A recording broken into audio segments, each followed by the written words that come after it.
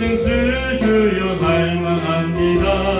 그 약속 따라서 힘써 간구하오니 오 주여 내 기도 어서 들어주소서. 예수의 사랑 예수의 사랑 바다 물결같이 내게 임하니 영광의 물결에 온전히 쌓여서 내 영혼의 기쁨 한량없도다. 주 내게 약속한 금비 내려주시려 은혜의 저 구름 건너편에 떠올라 그 귀한 징조가 내게 밝히 보이니 나 힘을 다하여 주께 간구합니다. 예수의 사랑 예수의 사랑 바다 물결같이 내게 임하니 영광의 물결에 온전히 쌓여서 내 영혼의 기쁨 한량없도다. 내 손앞이 지금 흡족히 내려 구원의 큰 강물로 차고 넘쳐서 내 주한 모든 죄 모두 씻어버리니 나 지금 은혜를 충만하게 받았네.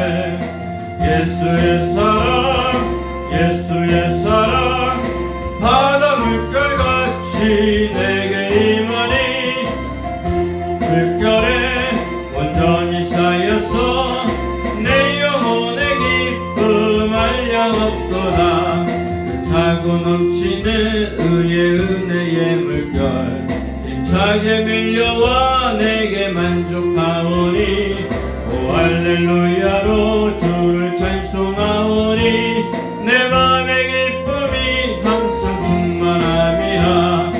예수의 사랑 예수의 사랑 바다 물결같이 내게 임하니 영광의 물결에 온전히 쌓여서 내 영혼의 기쁨 한량없도다. 우리 다같이 신앙 고백하겠습니다.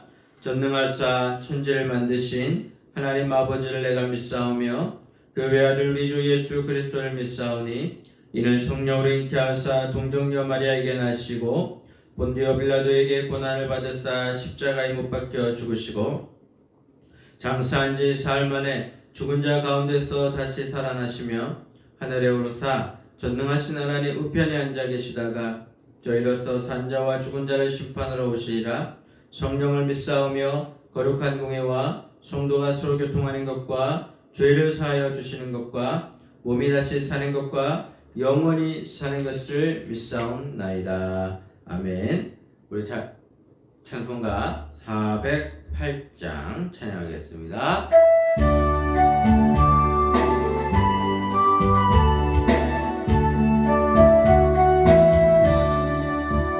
내 주 하나님 넓고 큰 은혜는 저 큰 바다보다 깊다. 너도 다투를 끌러 깊은 대로 저 한가운데 가보라. 언덕을 떠나서 장파에 배 띄워 내 주 예수 은혜의 바다로 내 맘 거쳐가라. 왜 너 인생은 언제나 거기서 저 큰 바다 물결 보고 흠이 모르는 깊은 바다 속을 한 번에 하려 안 보나. 언덕을 떠나서 장파에 배 띄워 내 주 예수 은혜의 바다로 내 맘 거쳐가라. 많은 사람이 얕은 물가에서 저 큰 바다 나려나가 짤싹거리는 작은 파도 보고 마음이 졸여서 못 가네. 언덕을 언덕을 떠나서 장파 예배 띄워 내 주 예수의 바다로 내 맘 뻗쳐가라. 자고 가거라 이제 곧 가거라 저 큰 은혜 바다 향해. 자고 내 너를 저 깊은 데로 가라. 망망한 바다로 언덕을 떠나서 장파 예배 띄워 내 주 예수 내 바다로 내 맘 뻗쳐가라.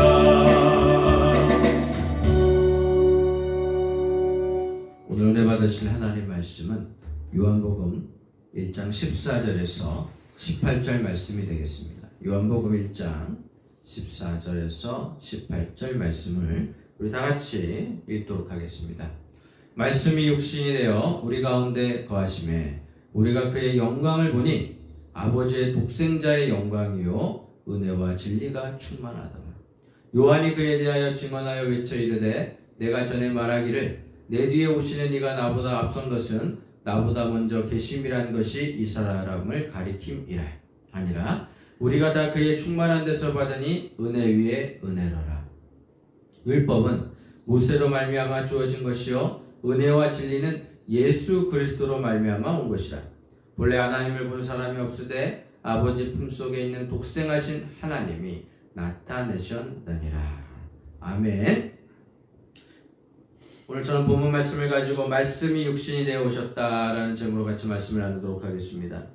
요한복음은 시작과 동시에 아주 은혜로운 말씀으로 시작이 됩니다. 말씀이 육신이 되어 우리 가운데 거하셨다. 영접하는 자, 곧 그 이름을 믿는 자들에게는 하나님의 아들이라는 권세를 받음이라.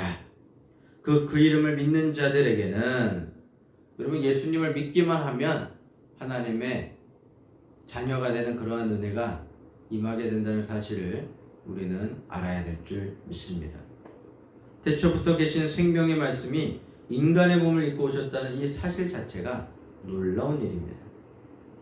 그분이 오늘 우리에게 말씀하시고 우리에게 생명을 주시는 우리의 주님이신 것입니다. 이 사실을 저와 여러분들의 마음을 매일 감격하게 하는 은혜가 있기를 바랍니다. 여러분 주님이 세상의 방식으로 이 땅에 오신다면 제일 빠른 방법을 선택했을 것입니다. 목수의 아들로 태어나는 것이 아니라 로마 황제의 아들로 태어나면 모든 것이 빠르게 진행이 될 수 있었을 것입니다. 로마의 황제의 아들로 태어나면 가지고 있는 모든 인적 자원, 그 다음에 세상에 있는 모든 자원들을 이용하여 구원하는 방법을 빠르게 속도전을 내면서 그리고 모든 것을 할 수 있기 때문에 가능할 수도 있을 것입니다. 근데 예수님은 하나님의 아들이신 예수님은 황제의 아들로 태어난 것이 아니라 가난한 목수의 아들로 태어났습니다. 가난하고 힘들고 어려운 목수의 아들로 태어나서 이 세상을 구원하시기 위해서 어찌 보면 바보와 같은 모습으로 한 발자국 한 발자국 내딛었습니다. 그리고 제자를 많이 만든 것도 아닙니다. 수제자 12명, 베드로를 포함해서 12명의 제자를 만들고 이 제자들이 나가서 복음을 전파했는데 지금 수억 명의 사람들이 하나님을 알고 있고 예수 그리스도를 메시아로 그리스도로 알고 경배하고 있다는 사실은 매우 놀라운 일일 것입니다. 세상의 기준과는 전혀 다른 아버지의 독생자의 영광을 보이신 것입니다. 요한은 우리가 그의 영광을 보았다고 했습니다. 그 외에는 세상의 영광이 아니라 하나님의 영광을 보며 그 영광을 드러내고자 따라가는 공동체입니다. 세례 요한의 증언은 단순하고 분명했습니다. 이분이 그분입니다. 세례 요한이 예수님 먼저 태어났어요. 실상은 예수님이 더 먼저 계신 겁니다. 왜냐? 태초에 말씀이 계셨느니라. 여러분, 태초의 말씀은 누굴 상징합니까? 예수님을 상징합니다. 그러므로 세례 요한은 육신으로는 먼저 난 것 같으나 하나님의 아들이신 예수님이 먼저 계셨다는 것을 의미합니다. 예수님은 하나님 나라의 새로운 기준을 따라 이 땅에 오셨습니다. 하나님 나라는 먼저 된 자가 나중되고 나중된 자가 먼저 되는 나라이죠. 이것이 인간의 몸을 입고 오신 하나님의 아들이 보여주신 진리인 것입니다. 세상의 기준을 따라 비교하지 마십시오. 있고 없음에 너무 매달리지 마십시오. 하나님의 아들이 보여주신 진리를 붙들어야 될 줄 믿습니다. 우리가 세상을 살아가는 데 있어서 세상의 기준을 따라가면, 여러분, 농어촌에서 목회하시는 분들은 도시에서 목회를 못해서 농어촌에 왔습니까? 또한 한국에서 목회를 해도 되는데 아프리카 오지에 가서 선교하시는 분은 세상의 기준으로 봤을 때 실패한 사람들입니까? 아니죠. 하나님이 가라고 했기 때문에 그곳에서 그 자리를 지키고 하나님의 말씀을 붙잡고 살아가는 것입니다. 그래서 우리가 그분들을 위해서 적극적으로 기도해주고, 그리고 또한 물질적으로도 후원을 해야만 하는 것입니다. 그래서 우리는 가는 선교사도 있고 보내는 선교사도 되어야 하는 것이죠. 요한은 우리가 그분의 충만한 데서 받았다고 말합니다.